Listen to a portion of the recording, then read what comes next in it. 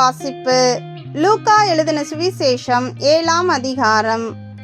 அவர் தம்முடைய வார்த்தைகளை எல்லாம் ஜனங்களுடைய காதுகள் கேட்கும்படி சொல்லி முடித்த பின்பு கப்பர்நகூமுக்கு போனார். அங்கே 100க்கு அதிபதியாகிய ஒருவனுக்கு பிரியமான வேலைக்காரன் வியாதிப்பட்டு மரண அவஸ்தையாய் இருந்தான். அவன் இயேசுவை குறித்து கேள்விப்பட்ட போது அவர் வந்து தன் வேலைக்காரனை குணமாக்க வேண்டும் என்று அவரை வேண்டிக் கொள்ளும்படி யூதருடைய மூப்பரை அவரிடத்தில் அனுப்பினான்.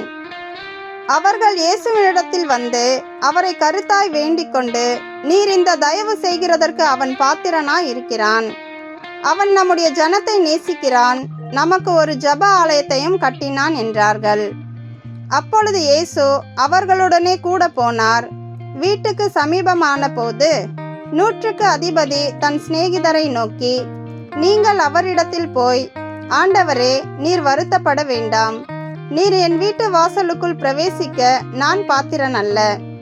நான் உம்மிடத்தில் வரவும் என்னை பாத்திரனாக எண்ணவில்லை. ஒரு வார்த்தை மாத்திரம் சொல்லும், அப்பொழுது என் வேலைக்காரன் சொஸ்தமாவான். நான் அதிகாரத்துக்கு கீழ்ப்பட்டவனாய் இருந்தும் எனக்கு கீழ்ப்பட்டிருக்கிற சேவகரும் உண்டு. நான் ஒருவனை போவென்றால் போகிறான், மற்றொருவனை வாவென்றால் வருகிறான். என் வேலைக்காரனை இதை செய் என்றால் செய்கிறான் என்று நான் சொன்னதாக சொல்லுங்கள் என்று அவர்களை அனுப்பினான். இயேசு இவைகளை கேட்டு அவனை குறித்து ஆச்சரியப்பட்டு திரும்பி தமக்கு பின் செல்லுகிற திரளான ஜனங்களை நோக்கி, இஸ்ரவேலருக்குள்ளும் நான் இப்படிப்பட்ட விசுவாசத்தை காணவில்லை என்று உங்களுக்கு சொல்லுகிறேன் என்றார். அனுப்பப்பட்டவர்கள் வீட்டுக்கு திரும்பி வந்தபோது வியாதியாய் கிடந்த வேலைக்காரன் சுகமடைந்திருக்கிறதை கண்டார்கள். மறுநாளிலே அவர் நாயின் என்னும் ஊருக்கு போனார். அவருடைய சீஷர் அநேகரும் திரளான ஜனங்களும் அவருடனே கூட போனார்கள். அவர் ஊரின் வாசலுக்கு சமீபித்த போது மரித்து போன ஒருவனை அடக்கம் பண்ணும்படி கொண்டு வந்தார்கள். அவன் தன் தாய்க்கு ஒரே மகனாயிருந்தான், அவளோ கைம்பெண்ணாயிருந்தாள். ஊராரில் வெகு ஜனங்கள் அவளுடனே கூட வந்தார்கள். கர்த்தர் அவளை பார்த்து அவள் மேல் மனதுருகி அழாதே என்று சொல்லி கிட்ட வந்து பாடையை தொட்டார். அதை சுமந்தவர்கள் நின்றார்கள்.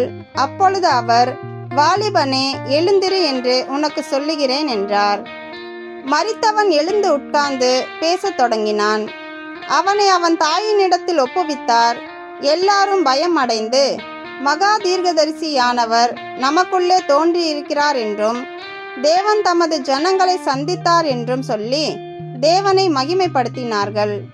இந்த செய்தி யூதேயா தேசம் முழுவதிலும் சுற்றி இருக்கிற திசைகள் யாவற்றிலும் பிரசித்தமாயிற்று. இவைகளை எல்லாம் யோவானுடைய சீஷர்கள் அவனுக்கு அறிவித்தார்கள். அப்பொழுது யோவான் தன் சீஷரில் 2 பேரை அழைத்து, நீங்கள் இயேசுவினிடத்திற்கு போய், வருகிறவர் நீர்தானா அல்லது வேறொருவர் வர காத்திருக்க வேண்டுமா என்று கேளுங்கள் என்று சொல்லி அனுப்பினான். அந்தபடி அவர்கள் அவரிடத்தில் வந்து, வருகிறவர் நீர்தானா அல்லது வேறொருவர் வர காத்திருக்க வேண்டுமா என்று கேட்கும்படி யோவான் ஸ்நானன் எங்களை உம்மிடத்திற்கு அனுப்பினார் என்றார்கள். அந்த சமயத்திலே நோய்களையும் கொடிய வியாதிகளையும் பொல்லாத ஆவிகளையும் கொண்டிருந்த அநேகரை அவர் குணமாக்கி அநேகம் குருடருக்கு பார்வை அளித்தார். இயேசு அவர்களுக்கு பிரதியுத்தரமாக, நீங்கள் போய் கண்டவைகளையும் கேட்டவைகளையும் யோவானுக்கு அறிவியுங்கள். குருடர் பார்வை அடைகிறார்கள், சப்பானிகள் நடக்கிறார்கள், குஷ்டரோகிகள் சுத்தமாகிறார்கள், செவிடர் கேட்கிறார்கள், மரித்தோர் எழுந்திருக்கிறார்கள், தரித்திரருக்கு சுவிசேஷம் பிரசங்கிக்கப்படுகிறது. என்னிடத்தில் இடரலடையாதிருக்கிறவன் எவனோ அவன் பாக்கியவான் என்றார். யோவானுடைய தூதர்கள் போன பின்பு அவர் யோவானை குறித்து ஜனங்களுக்கு சொன்னது என்னவென்றால், எதை பார்க்க வனாந்தரத்திற்கு போனீர்கள்? காற்றினால் அசையும் நாணலையோ? அல்லவென்றால் எதை பார்க்க போனீர்கள்? மெல்லிய வஸ்திரம் தரித்த மனுஷனையோ? அலங்கார வஸ்திரம் தரித்து செல்வமாய் வாழ்கிறவர்கள் அரசர் மாளிகையிலே இருக்கிறார்கள். அல்லவென்றால் எதை பார்க்க போனீர்கள்? தீர்க்கதரிசியையோ? ஆம், தீர்க்கதரிசியை பார்க்கிலும் மேன்மையுள்ளவனையே என்று உங்களுக்கு சொல்லுகிறேன். இதோ, நான் என் தூதனை உமக்கு முன்பாக அனுப்புகிறேன். அவன் உமக்கு முன்னே போய் உமது வழியை ஆயத்தம் பண்ணுவான் என்று எழுதிய வாக்கியத்தால் குறிக்கப்பட்டவன் இவன்தான். ஸ்திரீயினிடத்திலே பிறந்தவர்களில் யோவான் ஸ்நானனை பார்க்கிலும் பெரிய தீர்க்கதரிசி ஒருவனும் இல்லை. ஆகிலும் தேவனுடைய ராஜ்யத்தில் சிறியவனாய் இருக்கிறவன் அவனிலும் பெரியவனாய் இருக்கிறான் என்று உங்களுக்கு சொல்லுகிறேன் என்றார். யோவானுடைய உபதேசத்தை கேட்ட ஆயக்காரர் முதலான சகல ஜனங்களும் அவனாலே ஞானஸ்நானம் பெற்று தேவன் நீதிபரர் என்று அறிக்கையிட்டார்கள். பரிசேயரும் நியாய சாஸ்திரிகளுமோ அவனாலே ஞானஸ்நானம் பெறாமல் தங்களுக்கு கேடுண்டாக தேவனுடைய ஆலோசனையை தள்ளிவிட்டார்கள். பின்னும் கர்த்தர் சொன்னது, இந்த சந்ததியை யாருக்கு ஒப்பிடுவேன்?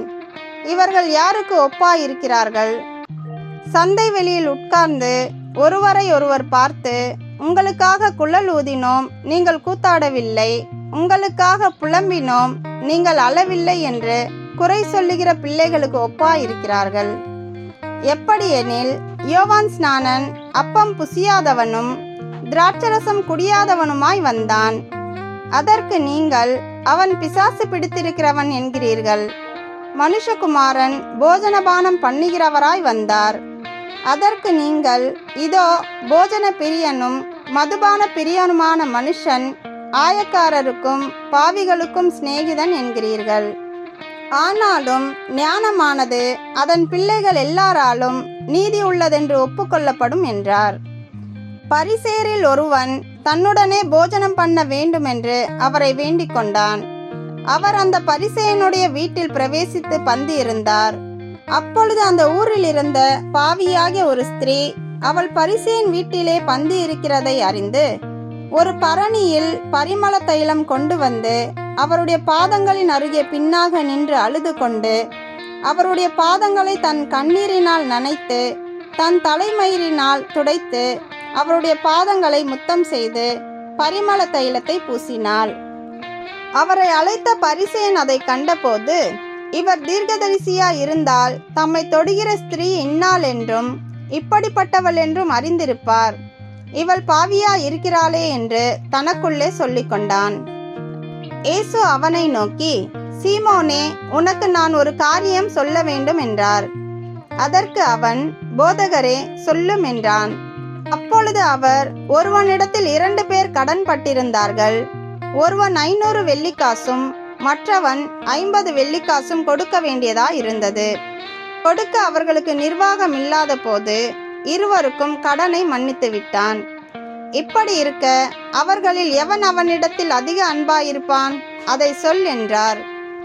சீமோன் பிரதியுத்தரமாக, எவனுக்கு அதிகமாய் மன்னித்து விட்டானோ அவனே அதிக அன்பாயிருப்பான் என்று நினைக்கிறேன் என்றான்.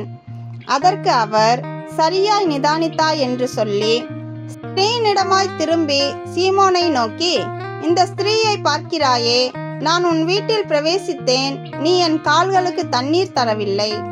இவளோ கண்ணீரினால் என் கால்களை நனைத்து தன் தலைமயிரினால் அவைகளை துடைத்தாள். நீ என்னை முத்தம் செய்யவில்லை. இவளோ நான் உட்பிரவேசித்தது முதல் என் பாதங்களை ஓயாமல் முத்தம் செய்தாள். நீ என் தலையில் எண்ணெய் பூசவில்லை. இவளோ என் பாதங்களில் பரிமள தைலம் பூசினாள். ஆதலால் நான் உனக்கு சொல்லுகிறேன், இவள் செய்த அநேக பாவங்கள் மன்னிக்கப்பட்டது, இவள் மிகவும் அன்பு கூர்ந்தாளே. எவனுக்கு கொஞ்சம் மன்னிக்கப்படுகிறதோ அவன் கொஞ்சமாய் அன்பு கூறுவான் என்று சொல்லி அவளை நோக்கி, உன் பாவங்கள் மன்னிக்கப்பட்டது என்றார். அப்பொழுது கூட பந்தி இருந்தவர்கள், பாவங்களை மன்னிக்கிற இவன் யார் என்று தங்களுக்குள்ளே சொல்லிக் கொண்டார்கள். அவர் ஸ்திரீயை நோக்கி, உன் விசுவாசம் உன்னை ரட்சித்தது, சமாதானத்தோடே போ என்றார்.